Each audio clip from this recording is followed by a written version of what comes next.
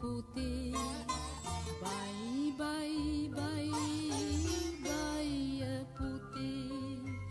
Umbi amma kutena giya. Kiri erawa enta giya. Attu evi magarekala. Kutani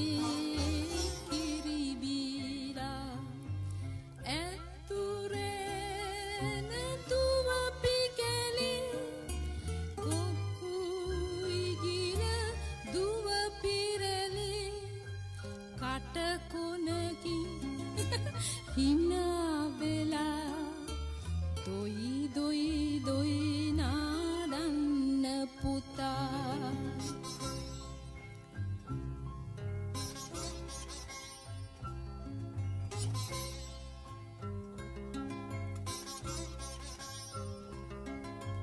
Kiri patin podi newak hadanna kiri muhude eya pakarawanna kiri sihinen ran kiri katalanna. As you can see, we started getting concerned. Initially, there was not much, but by about mid-March, we became concerned. We were quite confused and unsure what was going on. We did continue to scrutinize very closely. Parents were upset, not surprisingly. So the two of us got together with the difficult of times. In spite of the workload, we got hold of the ward manager, sat down and went through all the cases. Some of the cases were transferred, therefore we didn't even have case notes, but yet we did compile a list and prepared a report. And we thought we will send a report to the hospital manager, not because we had any suspicions about these deaths, but it's just too much baffling and too much upsetting to all of us. So we prepared this report around mid-April. Report was prepared and sent to the manager. Next. Good news, Ruan has joined us. We are recording now.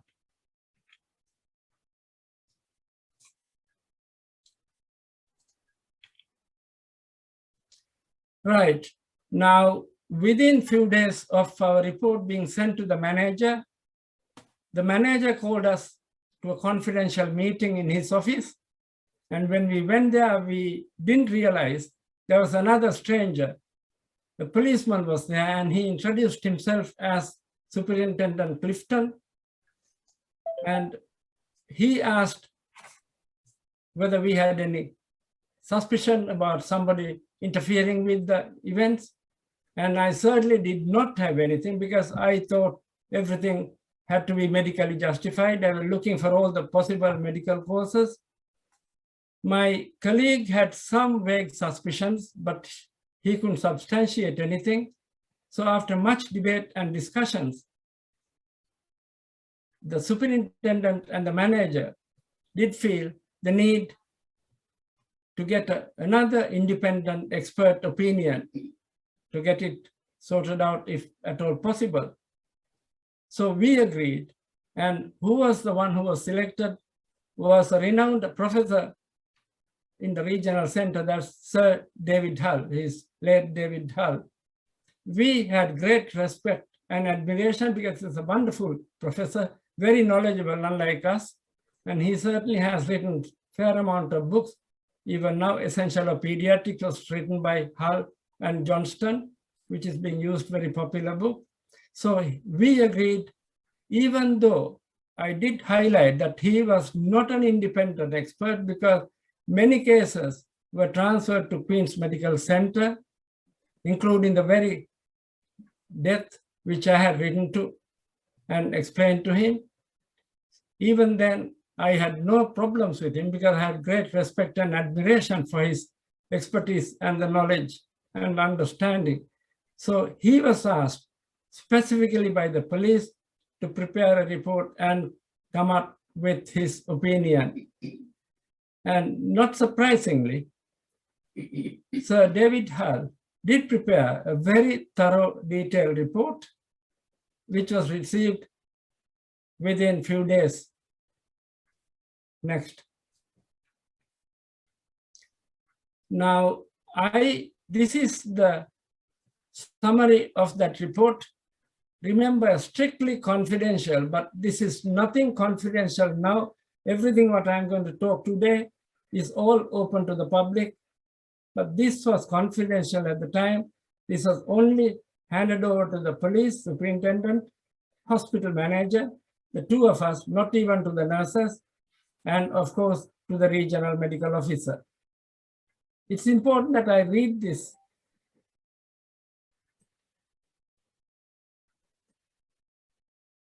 The report was prepared. The report actually had about 17 pages, thorough report, fantastic report. And I can share this later with any of you interested.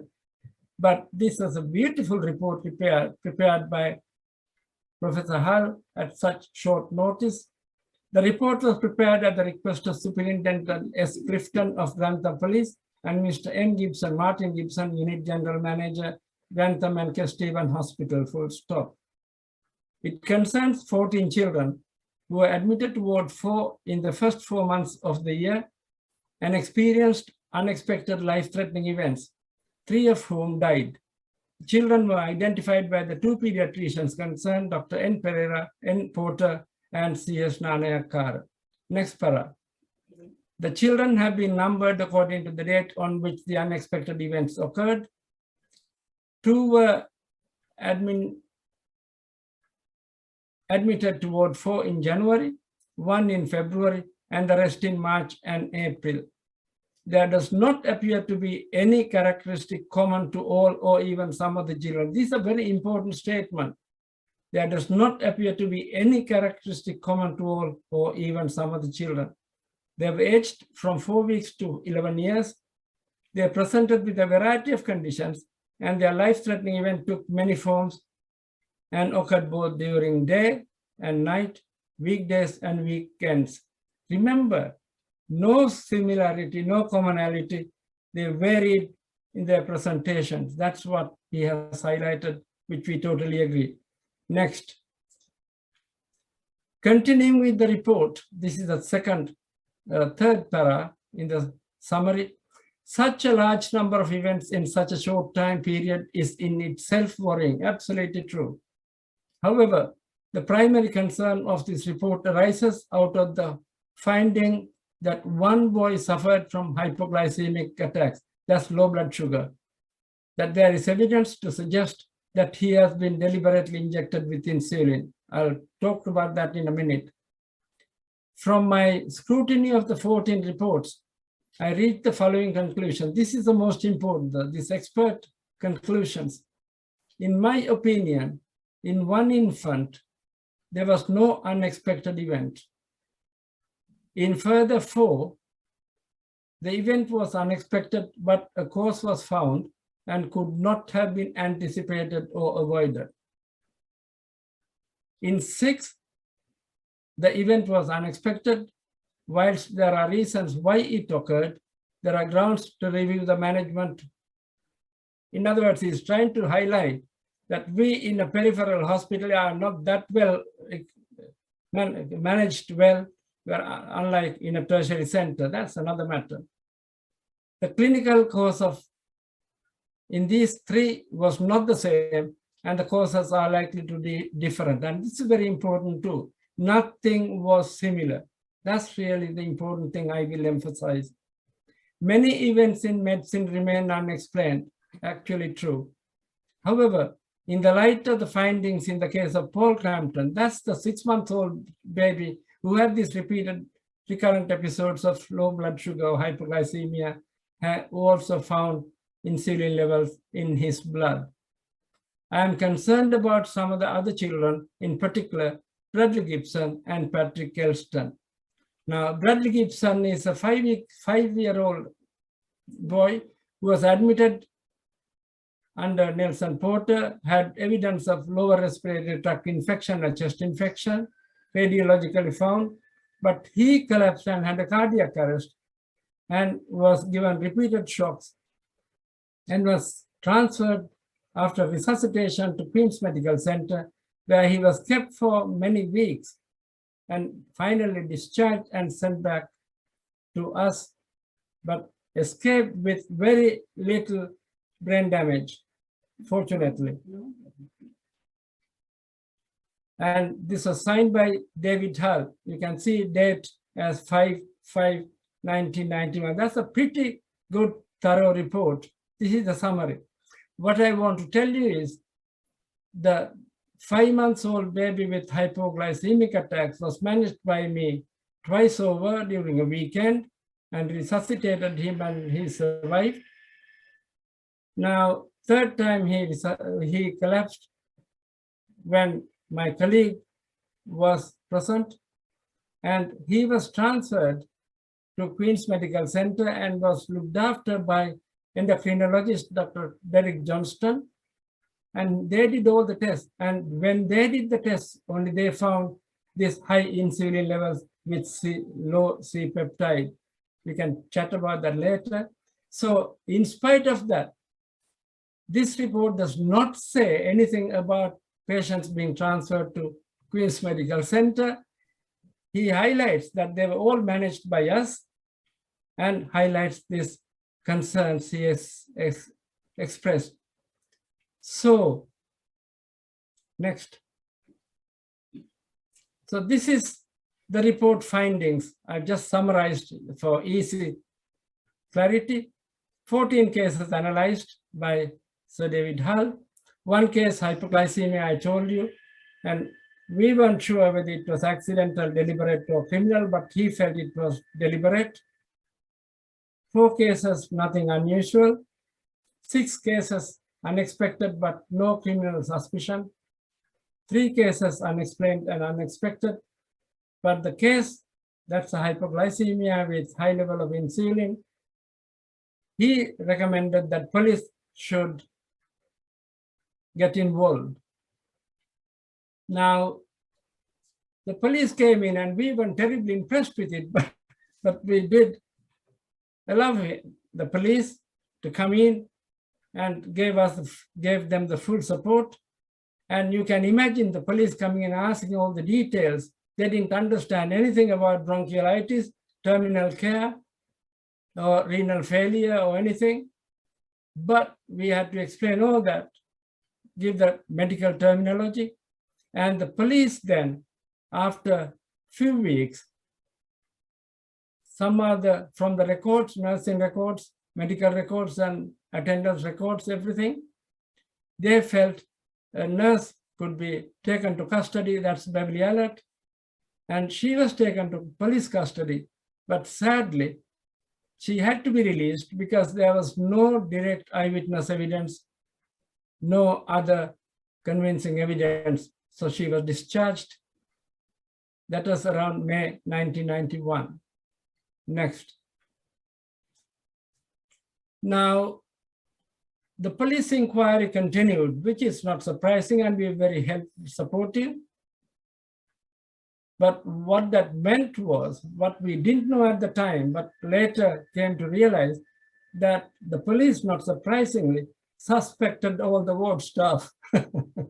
And anyway, so they did question us and then kept on questioning us, the nurses, the junior doctors, and so on and so forth, checked all the records and everything.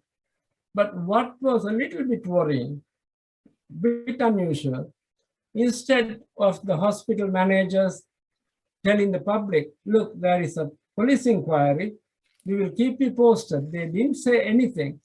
They didn't release any information. They were very, very economical with the truth. So they instead started having inquiry after inquiry after inquiry. Hospital, district health authority, regional health authority, and I'm sure all under the guidance of the Department of Health and Social Services. And that wasn't terribly helpful because they didn't tell us anything what they are doing. They did not keep the consultants involved in it at all. And then additional pressure from the parents, the public, the press, both national and local newspapers, TV and radio. You can well imagine any bad news is good news for them. So they kept on inquiring, but the police did not reveal anything. It was confidential. Hospital didn't say anything. We couldn't say anything. So it's a little bit of a mayhem. Next. Now, you can well imagine the pressure on the staff. Looking back, what clinical activities continued? You can well imagine the two of us and the three junior doctors and the nurses all working together. However, we did not get any backup support from the region or the hospital management. No extra staffing in spite of our repeated appeal and begging. No counseling, no professional support. And the biggest problem was the sub judice. I'm sure some of you know what sub judice means. When police inquiries are going on a criminal nature, they question you, but you cannot tell others what the police were asking about you and them, and vice versa. So we had to keep mum, and that wasn't easy. We had to work together as a team. So sub judice created enough problems and upset and distress. The pressure from the parents, the relatives, the media, and the public continued, and it got magnified. And there were two sets of meetings, ad hoc meetings, daily conferences and statements, one by the police, the other one from the hospital management. So that wasn't the easiest of times. Next. Now, the secret meetings by the regional health authority. Now, we later realized and found out, I'll tell you why again, how we came to know about it. For the hospital authority and the region and the Department of Health, for them it was politically damaging. Here is a nurse court, there was shortage of staffing, so lots of things. So it was more for damage limitation. They didn't care much about what we were doing, whether they needed to help us or not. So there was a crisis management. I put it as mismanagement deliberately. It's not a typo error. Is in my judgment that was a mismanagement, but meeting with hospital senior management, district health authority and regional health authority, lots of guys coming together, but did not involve the medical and nursing staff. They kept a secret to us. And what did they do? We know all this because we managed to get all these recordings officially, subsequently. So they had discussed, shall we close the ward or the hospital? After much deliberation, debate, they felt, no, that shouldn't be. Then they thought, let's change the name of the ward. Believe me, yes, they did. Can you just imagine? The popular ward 4 was changed over to Kingfisher ward. Don't ask me why, what the significance. You can tell me the relevance of a Kingfisher ward, but that is how it is being addressed even now. Then they had long discussions. Whatever happened at the time, let's hand over to a well-known, renowned regional center so that the public can be reassured. So they did consider transferring the pediatric services to a regional center. As how you can do it is another matter. They thought, how can we reorganize and so on and so forth. So you can well imagine the secret crisis management or mismanagement. I believe genuinely, if they had actually openly told the public, look, we got some problem, the police is inquiring, we will keep you posted, that would have been much nicer and better. But they didn't do that. This is fairly typical of hospital management, I believe. You may disagree with me. Next. So now the devastating impact on the pediatric team was very well known. Coping under sub judice, the criminal investigations continued with the other Management inquiry is continuing. Believe me, a senior hospital sister committed suicide. And this is one of the dedicated, very intelligent, effective, caring sister, senior sister. She committed suicide. I might say why that is so. Now, in addition to the police getting the support, backup support, police led the investigation team, but they had enormous amount of experts, forensic, pathology, radiology, consultant pediatricians, case records, laboratory, and you name it. And on top of that, it is very interesting. They also had the statistics department from Royal College, from Leicester Royal Infirmary, statistics. And what they did was they identified each episode of collapse. And into that, they actually identified all the staff present, nurses, doctors, junior doctors, whoever. And they then identified recurring names of two. The one was Beverley and the other one was senior nurse manager. Senior nurse manager was dedicated. She did come all the time. And so sadly, every time a collapse occurred, she was present. Can you just imagine if there was only one consultant, perhaps our name would have been also in the same list. Anyway, for the senior sister, it was too much. Police hounding, questioning, and so on. She just committed suicide. The ward manager was again a very dedicated, hardworking, sincere sister. She just couldn't take it up. She tried to commit suicide, but she fortunately survived. But she became severely depressed and gave up her job. And she recently died, but that was another disaster. Now, the two consultants, we had some suspicion. We didn't know what to do. We sought help from professional bodies, BMA and MDU. Just a warning, and those consultants and nurses and others who are in the NHS, my advice is please join professional bodies if you have not already, because that is extremely helpful. They are very helpful indeed. But on this occasion, they reassured us and said, don't worry, you'll be all right, which was not quite true. Anyway, so we became professionally isolated. I told you about the criminal investigations. And then on top of that, there was some media, because they didn't get the true picture from anybody. Some media portrayed the two consultants as suspended or sacked.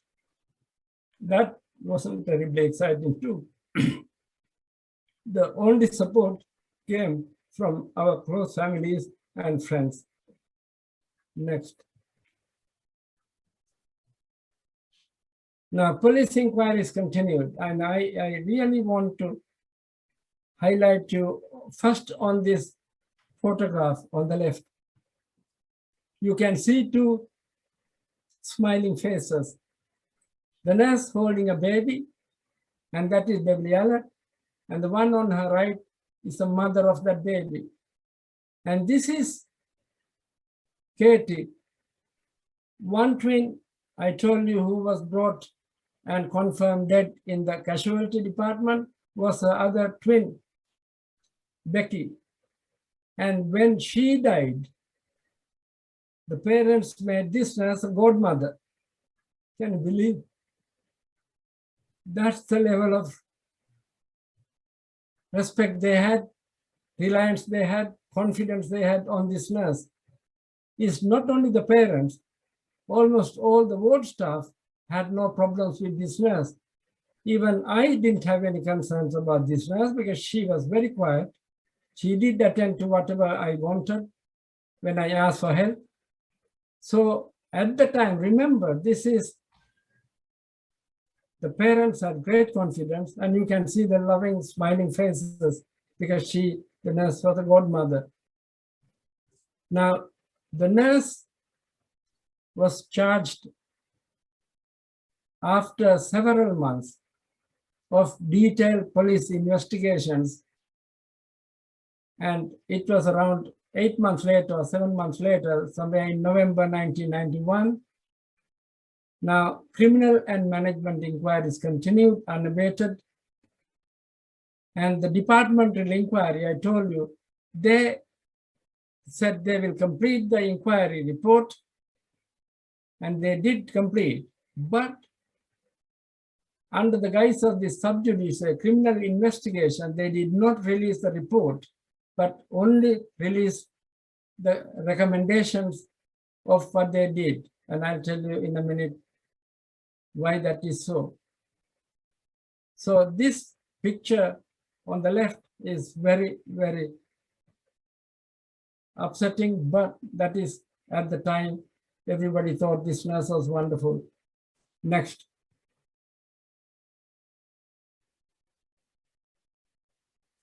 Now, this is, remember,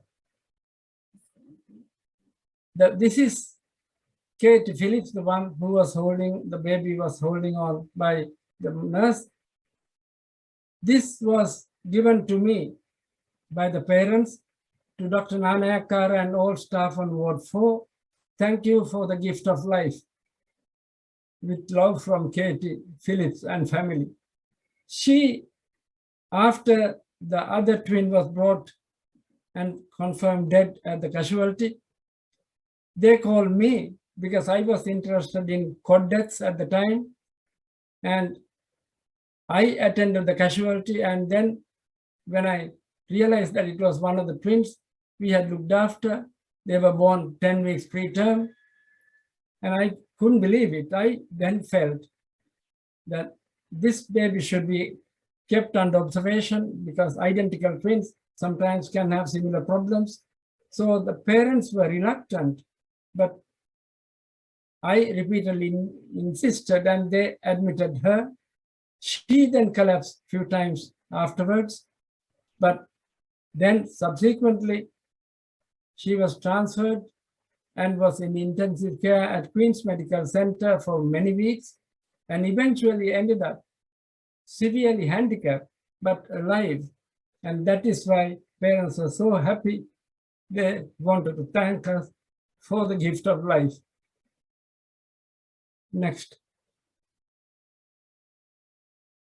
Now, I thought at this time you may be a little bit interested and curious to know who Beverley Allitt is and was. She was 22 odd years when she was recruited by the nursing hierarchy. We had nothing to do with the appointment of nurses. Unlike the medical staffing, we had to appeal to the region. The nurses can appoint, the nurse managers can appoint with the agreement of the hospital team. And we were short of nurses, just like short of medical staff. She was employed as a state-enrolled nurse, SEN. She left school at the age of 16 and took a course in nursing at Grantham College. And at the time, it is likely because they were so short and they really were desperate for nurses, much of the background was not known, and they did not know that she had multiple visits to the GP with indeterminate symptoms, self-inflicted injuries, and it's only later did the detailed police investigations revealed all this. It took many months for them to realize that, and then the defense brought in mental health experts, and they felt that Beverley Allitt may be suffering from Munchausen syndrome. And we can talk about that later if anybody is interested. And in addition, I already told you, Beverley Allitt was not suspected, did not even have a iota of suspicion on her by the nursing staff, parents whose children were under her care, and none of the medical staff, including me. Next. This is nurse being arrested in November 1991. And you can see she's happily never showed any remorse or worry or anxiety. Next. Again, another picture of her being handcuffed. Now, the regional report I mentioned to you, they did not reveal the regional report, but they only said they can only release the report recommendations. Now, the major recommendations included: one, transfer of pediatric services to a regional center. So they decided that and formally made a recommendation. The ward staff, doctors and nurses may face redundancies because Queen's Medical Center at the time was the first wave of trust status. So health authority have recommended that we be absorbed, but they said because Queen's Medical Center is a trust, they may not necessarily take their word. So we may become redundant. So they did a bit of warning. Senior hospital manager, however, was transferred out on promotion. Just imagine, he got a promotion. Then in his place came an iron-fisted special manager appointed to toe the departmental line, and then started the reign of terror within the hospital setting. And this guy was tough. He really was like a butcher or a hangman. But when the regional report came, on the left is, as usual, we had many media conferences, and so we were trying to answer questions about this regional report. But we later realized that the recommendations did not come from the report. This was twisted version. So that's another thing we can tell you later. Next. Now, all staffs therefore were made redundant, but the two of us, the consultants, you may not have that. When we had the employment at the time, we had what you call para 190. Where there is reorganization of any industry, health or anything, you cannot make the staff redundant unless the staff they can prove is grossly negligent or violated their basic requirements. So this is where, in spite of all the repeated investigations carried out by a variety of teams by the health authority, none of them could pinpoint anything done wrong by the consultants or medical staff. So we were able to challenge, thanks to our professional trade unions, BMA and MDU, we challenged the redundancy, and we were able to therefore appeal to the Secretary of State of Health pending appeal. What that meant was, though, we remained as regional employees, and therefore we had to be extremely careful because they did try their little pranks to suspend us in various ways. So we had to be very, very careful, but we remained employees under them. Next. Now this is, even though Beverley Allitt was taken to custody in November, the Director of Public Prosecution was not sure whether the jury would convict her because they did not have any direct evidence. They were all circumstantial. They were not sure anybody will convict her. But criminal proceedings started in 1993, almost 15 months later, from February to May. Now, the Regional Health Authority was very kind to us. I don't know why. They offered us sabbatical leave. And they said, please be careful when giving evidence. You must be very, very careful. Read the evidence and so on and so forth. I said, don't worry.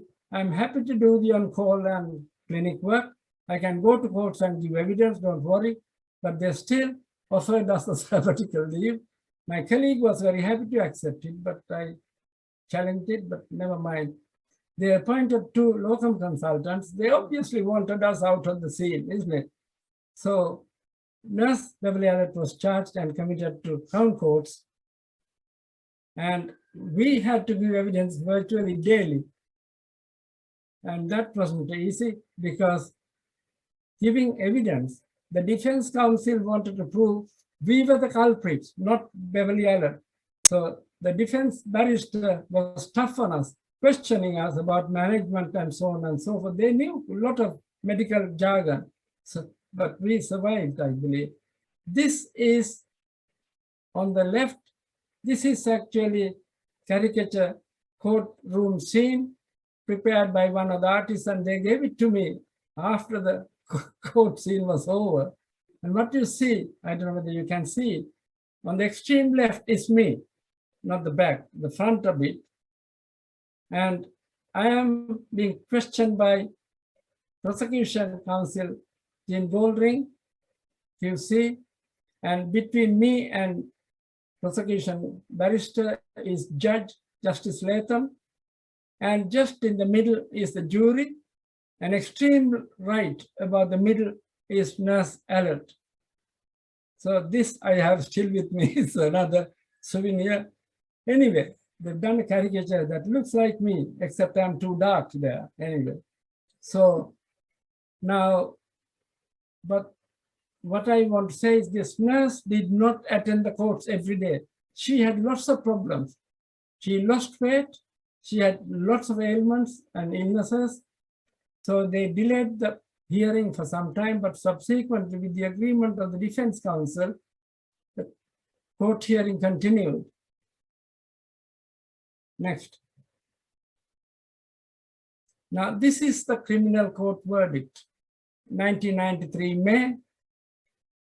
Jury, amazing, unanimously found her guilty of all 13 charges, 13 convictions, 4 murders, 3 attempted murders, 6 grievous bodily harm, all convictions to run concurrently. So they had to wait. She had to serve minimum of 30 years. But sadly, in my opinion, she never went to jail. She was kept in high security mental health unit because the defense got quite a number of mental health experts, and they were able to convince the judge, who was a wonderful judge. They convinced the judge to say that Beverley Allitt had, I said earlier, suffered from Munchausen syndrome, but all her actions in the ward were due to her condition called Munchausen syndrome by proxy, which is, anyway, that's the experts, mental health experts. But because of that, she did not go to jail. Next. And this is where she is. Those who know or those who work in this place, this is Rampton in Nottinghamshire, high security psychiatric hospital. And there are 3, this is one of 3 hospitals in England and Wales, one in Broadmoor, one is Newcastle, or Manchester. And this, they entertain all the seriously handicapped mental health and the criminals. There are about 400 at Rampton Hospital, but the staff is around 2,000. Can you believe me? This is under Director of Health Services, DHSS, but independently managed by the Commissioner's mental health team. So it is high security psychiatric hospital. This is where she is. Now, she eventually did admit to killing 3 babies, but did not say why, how, where, but did not admit any further. She still lives happily ever after at Rampton Hospital. Next. Now, I told you the enormous excitement and the interest shown by the media during the case, during the proceedings. You can imagine I put some of the things. Nurse who killed 3 babies, locked up till the day she dies. Next. Hang her. I survived angel of death's poison needle. This is, she actually tried to kill this one of her girlfriend's friend. She gave some decoction, but he didn't die. But that evidence was rejected because evidence was not good enough. Next. Now, after the case was over, can you believe me? 2 years later, when everybody knew what was happening or what happened, there was a severe agitation by the public that there should be a public inquiry as to why the nurse was held to account for all these deaths. And with the difficulties, eventually, the Department of Health appointed the independent inquiry called Allitt inquiry, chaired by a retired Supreme Court Judge, Sir Cecil Clothier. Now, independent inquiry relating the deaths and injuries on the children's ward at Grantham and Kesteven General Hospital during the period February to April 1991. Now, even though this was thought to be public, it was never public because nobody was allowed to go in except the witnesses. We gave evidence for this inquiry as well. Nobody was allowed to question. So it was a bit of a bluff. So it was more public inquiry held in camera. We gave evidence and report recommends, and I suggest anybody who has not read it, it is likely some of you may have read it. It is worth reading because it is something like 137 odd pages. And they made 13 recommendations, but they actually said this is not a recommendation, but they said killers could have been identified if a safeguarding case conference was held initially. Now, those who are doing pediatrics and those who are involved in child abuse know how stupid this statement is, because the police, with so much of experts around, took so many months to identify this nurse, but still did not have any direct evidence. So for Sir Cecil Clothier to say killer nurse could have been identified if a safeguarding case conference was held initially, was real bluff. Now, what they recommended was very interesting, mostly about nurse recruitments, need for occupational health reports, and also, I don't know whether you knew that, prior to 1993, before this report came, coroner's reports will not be handed over to the consultants who request a coroner's inquest. I made that appeal. I highlighted because the very first baby who died in my hands, I challenged the coroner. That was rejected. And then I gave evidence, and all these were recordings available for this inquiry team. So they actually made specific inquiry that all post-mortem reports of a coroner should be handed over to the consultant pediatricians or consultant physicians from 1993. That's something. Next. Now I just took, just for your interest, this is abstract from Clothier report, page 95. As I said, you can read this. This is not my own making. 5.9.4. Our impression is that the two consultants were always willing to come in if the SHO on call needed assistance. So these inexperienced SHOs were not left to cope with unfamiliar situations alone, full stop. We were also told that the consultants maintained a high standard of teaching and training for the junior doctors, holding regular tutorials, full stop. We noted the high standard of their record keeping, full stop. Nursing staff told us that the consultants were invariably supportive and helpful to them, taking trouble to explain things at every opportunity, full stop. It is not part of our remit to criticize the clinical judgment of the consultant pediatricians, and we have found no grounds for doing so. Thank God they said that. Next. Now the aftermath. Now the case is over as far as the Beverley Allitt was concerned. Now, the senior managers continued to remain antagonistic and very hostile, not only to us, to all the pediatric staff. Hospital professional colleagues were virtually threatened not to support us, so they remained aloof and distant and silent. That wasn't very helpful, but genuine support came. It's amazing how much of support we got. Parents, I told you, in spite of all the damage done to their children, they supported us. Families, local communities, GPs. I got bundles and bundles of appreciation letters, words. Previously unknown professional pediatric colleagues, professional bodies like the BMA, and I must mention someone in particular, Dr. James Appleyard, a consultant pediatrician in Kent and Canterbury.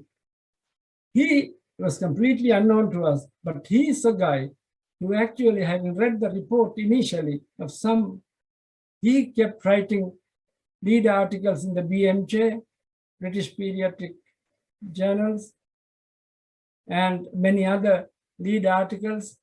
And he mobilized lots of people. And that did help us, gave us a little extra courage.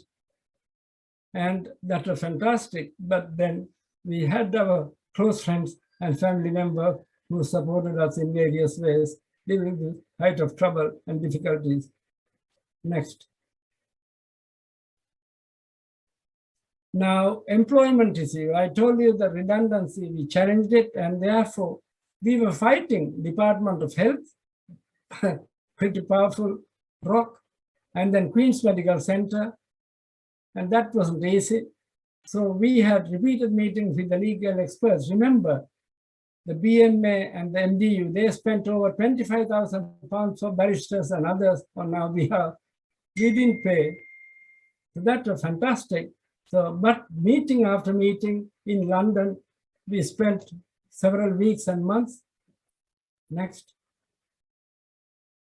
Now, I told you we were fully supported by the professional bodies. Fantastic.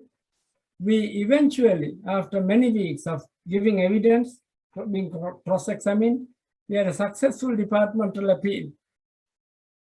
Redundancy attempts deemed illegal and unjust. And they had to offer public apology to us.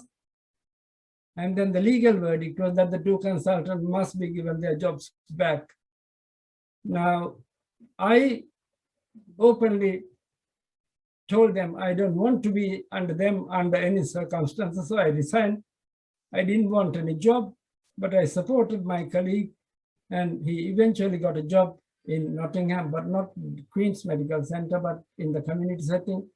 So I fortunately, I took a big risk of resigning anyway, but I was fortunate enough to be selected amongst many other English colleagues in District General Hospital, Kettering, subsequently, and where I eventually retired. Next. Now, I told you there were more than a dozen of books. This is all Murder on Ward 4, Beverley File, Angel of Death. They coined the term Angel of Death. I was thinking whether I should use the term Angel of Death for my talk, but I thought otherwise. So next, many more books, Angel of Death, Real-Time Crimes, and so on and so forth. Next. Now, there were, I told you, more than a dozen documentaries, TV documentaries, BBC One, BBC Two, Discovery Channel, ITV, ITV2, ITV3, ITV4, and so on and so forth. So enormous number, and I did actually participate, not for a salary or fee, but on a voluntary basis.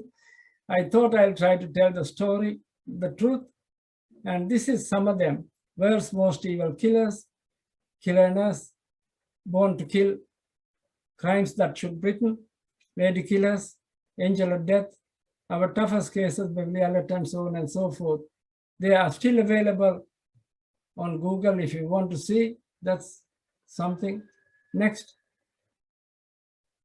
And this is the media, you know, the TV documentaries, clips.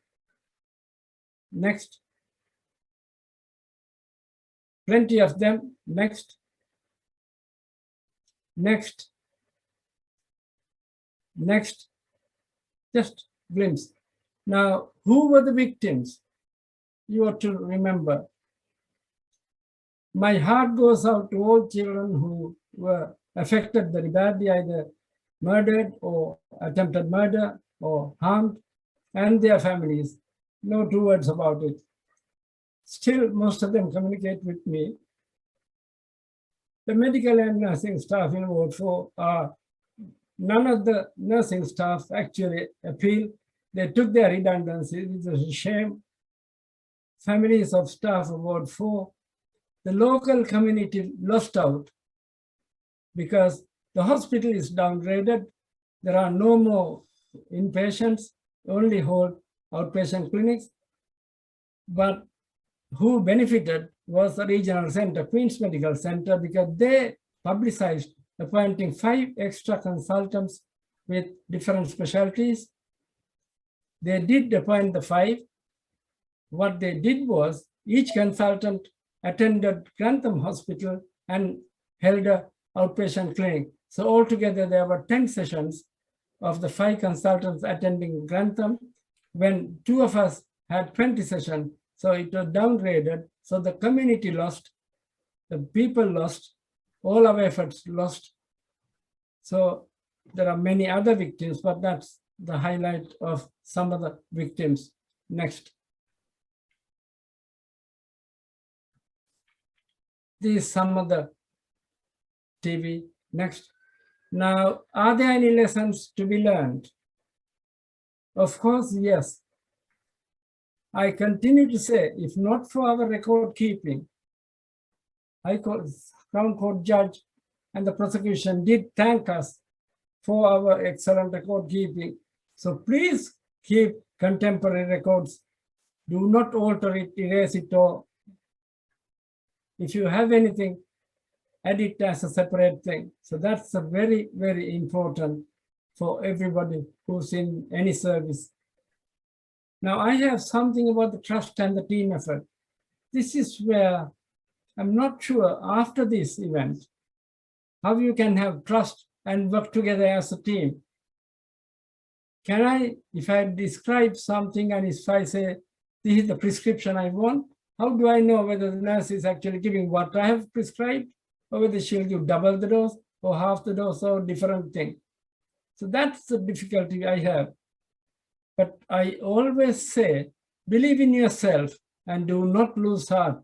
I did not lose my heart. And one thing I really want to say is, think of the unthinkable. I repeat, think of the unthinkable, if unusual or unexplained. But please don't call the police at the start, only if after having thought, discussed, and inquired into, then think of the unthinkable. That's something worth remembering. Now, another thing, important thing is offer moral support if your colleagues are in difficulty. This is something I realize. Every word counts. Every letter matters. So that is something we generally tend to be very judgmental. Do not be judgmental. We always hear reports and we say, oh my gosh, why did that fellow do that or the other? Unless you know, do not make judgments. Help them if you can. What I want to say is Beverley Allitt is not dead. She is in Rampton in high security, but Beverley Allitt is not the only Beverley Allitt. Why she came to Grantham, I do not know. I did not ask her to come, but my belief is she could have gone anywhere, and I'm not sure whether any other hospital would have done anything different. Remember, it can happen to you. What I also want to say is, when during the criminal investigations and David Hull's report and Sir Cecil Clothier's report, they did not blame Queen's Medical Center, even though majority of cases were transferred and managed by them, including the one with the hypoglycemia. This is life, isn't it? Next. Now, these are references. I did tell you before 1991, United Kingdom did not have any nurse or a healthcare professional being charged or convicted of murdering children. But having gone through this, we did study, and I found there were 3 cases in Toronto, Texas, and Michigan, 1980, 82, and 84. You can read this. And this Toronto in 1980 in particular was a pediatric cardiology center where nurse was injecting potassium chloride. For 1 year, they did not spot it. She continued to give him potassium chloride, the same injection, and many children died, but they didn't track it. And after 1 year, they identified, but they couldn't prove it. So that's life. So we believe they're not all that clever all over the world. Now, so Cecil Clothier report in 1903 is available. You can read that if anybody wants to read it. Munchausen syndrome, which is very interesting. Munchausen is a German cavalry officer, Baron Munchausen. You may have read about him. He's a real yarn. He's a man who had lots of yarns. He explained lots of things which never happened. And then Richard Asher, I think in 1951, he's a consultant endocrinologist and hematologist, worked in Middlesex Hospital, I believe. He's the one who coined the term Munchausen syndrome for Munchausen syndrome, or what we now call fabricated disorder. It's a psychological disorder. You can read about it, and I know a little bit, but there may be lots of psychiatrists around who know more. But that is Munchausen syndrome, and that was reported in 1951. Munchausen syndrome by proxy was originally recorded by Meadow, Professor Meadow, and it's called Meadow syndrome then in 1977 in Lancet. But it is again no more called Meadow syndrome or Munchausen syndrome. It's called factitious disorder. And what is very upsetting is Munchausen syndrome by proxy, those who allege to suffer from that. To our understanding, nobody has killed anybody. They only exaggerate the illnesses in children under their care. Majority of them were parents or the mothers, very, very occasionally a healthcare professional. But Beverley Allitt was diagnosed with Munchausen syndrome by proxy. I disagree with him with that diagnosis, but that's another matter. So who am I? Next. Can I? For those who are asleep, they can wake up now. I really want to say a very big thank you to all of you for listening patiently. Thank you very much. Thank you very much, Charith, for that very comprehensive analysis. I'm sure there'll be lots of questions. I shall hand you now to Ruan to conduct the Q&A. Ruan is there, I think. Yeah. Charith, first of all, I need to apologize. May I pay light gear?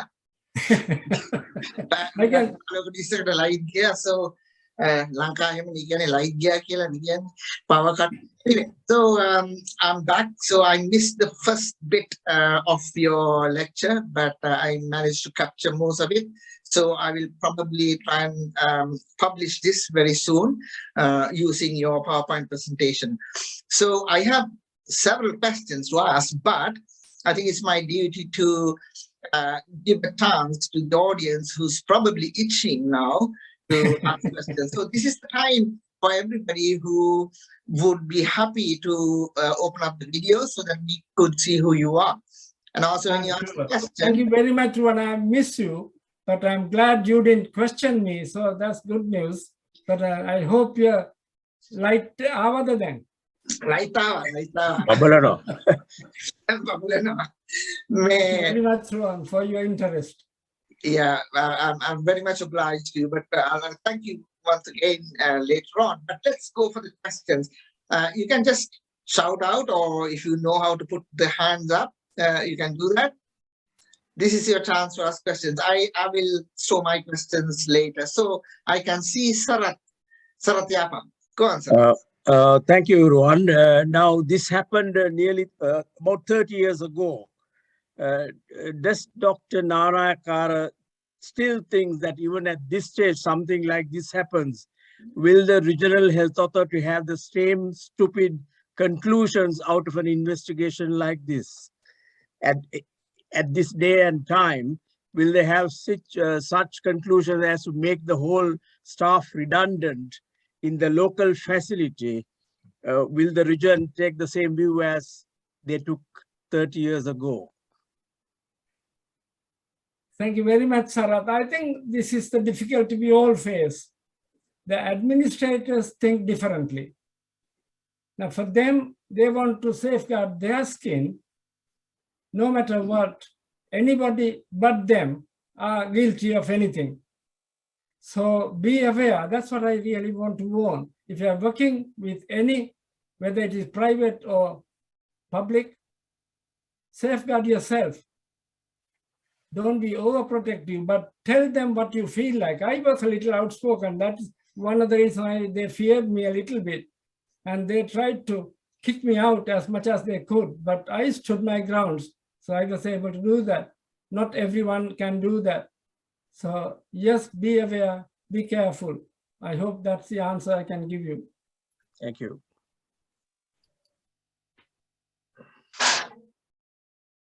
Anybody else wants to ask a question or comment? Rasika? Yeah, please. Firstly, thank you so much, Charith, for that very, very comprehensive account, and well done to you. I think you were a pioneer in setting the field in the UK for this. At the time, it wasn't well established or known, but since your work, it is now standard, I think, for pediatricians to unfortunately have a high index of suspicion. I think, in fact, Rohan, I first got to know you, if you remember, when I transferred a kid who had a cerebral hemorrhage, who unfortunately succumbed to it at Older Hay several years ago, and that the father was supposed to be the culprit. So yes, since your days, Charith, pediatricians, including in our unit, have had several cases. But thankfully, I must say, we have not had any members of staff being the culprit. But there was an instance where when it was suspected, there was covert video surveillance, and we were all under suspicion, although we didn't know at the time, because it was a case of a child with abnormal bleeding tendency. And but the results were fluctuating. Sometimes it's completely normal and other times, so it could have been any of us, and even the cleaners were under surveillance. But sadly, the cases that we've had since have been the parents, unfortunately. Mainly mothers, a mother who was poisoning her kid with laxatives. And for example, the other was this father who was adding rat poison to the child. So that's why the child's nasogastric drip, and that's why the clotting was all deranged. But also to comment about the question that was just asked, yes, it does happen even to this day. And even our children can't believe when I say, yes, parents do this. But I think the accountability and there's so much of what we call the governance issues now in play that you can't take decisions. I quite sympathize with you, the 2 pediatricians and 3 SHOs. That was the situation in my first job at Workshop. no middle grade, and you had to make all the decisions. But now there is the MDTs, and you're supposed to discuss. And if you don't know, or if you suspect this, the case is removed from that unit so that there is another independent. So I think with the current governance and accountability, a lot of it is minimized, but the situation will continue to happen as long as mankind exists, I think, sadly. Thank you. Rasika, firstly, once again, I must thank you. You were pushing me, and then I know you've been very, very, persistent on your, insistence. Anyway, thank you very much. Now, two things. Firstly, you're absolutely right. Those who have read, that's why I've given you that reference on Munchausen syndrome and Munchausen syndrome by proxy. Munchausen syndrome by proxy, all the articles written, 99% actually are mothers, sadly. That's a fact. And believe me, even though Professor Meadow wrote it in 1977, I was interested in Munchausen syndrome by proxy myself. And so I've done a bit of research with David Southall, was another guy who wanted to have covert video surveillance, you remember? Now, I actually did suspect a father in one of those, the one who actually, collapsed and, had that hypoglycemia and high insulin. I suspected, but my mind did not deviate beyond that. I did not think of a nurse or a doctor. I remember my colleague one day told my sister, our ward sister, keep a check on your nurses. And the sister turned around immediately and said, Dr. Porter, keep a check on your doctors. So that's the general understanding we had. So that is one of the reasons why perhaps we don't. And I told you, Beverley Allitt is not dead. There is a nurse being charged, isn't it? Somewhere in Manchester, even now, the case is going on. It will never disappear. It may be even before 1991. There would have been many others. I'm just making that corollary. Maybe they were never caught, and therefore they were never reported or charged. So human nature is a strange mixture. So to me, we believe, even though we are trained as pediatricians, our training needs a little broad mind, broad church understanding.